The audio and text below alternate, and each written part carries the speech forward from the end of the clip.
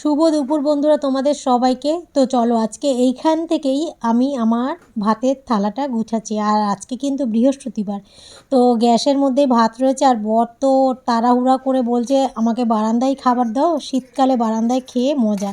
কারণ একটু হলো গরমের যে তাপটা সেটা পাওয়া যায় এই বারান্দায়। তো শীতকালে আমরা ছাদে, তারপরে অনেক আগে উঠোনে খেতাম, কিন্তু এখন তো সেই ব্যাপারটা নেই, উঠোন নেই, ছাদ আছে কিন্তু ছাদে গিয়ে খাওয়া সম্ভব না।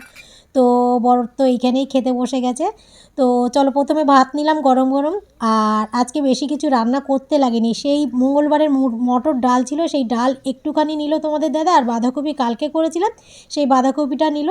তো এই আজকে খাবার। আর শিম দিয়ে আলু দিয়ে আজকে রান্না করেছিলাম, শিম দিয়ে আলু দিয়ে টমেটো দিয়ে মাছের ঝোল, রুই মাছের ঝোল, ধনেপাতা দিয়েছি। আর মাছের ঝোলটা ভালোই লেগেছিলো, অনেক দিন পরে শিম দিয়ে মাছের ঝোল খাচ্ছি। শীতকালে শিম দিয়ে মাছের ঝোল বেশি খাওয়া হয়নি। এই দেখো মটর ডাল একটুখানি নিল।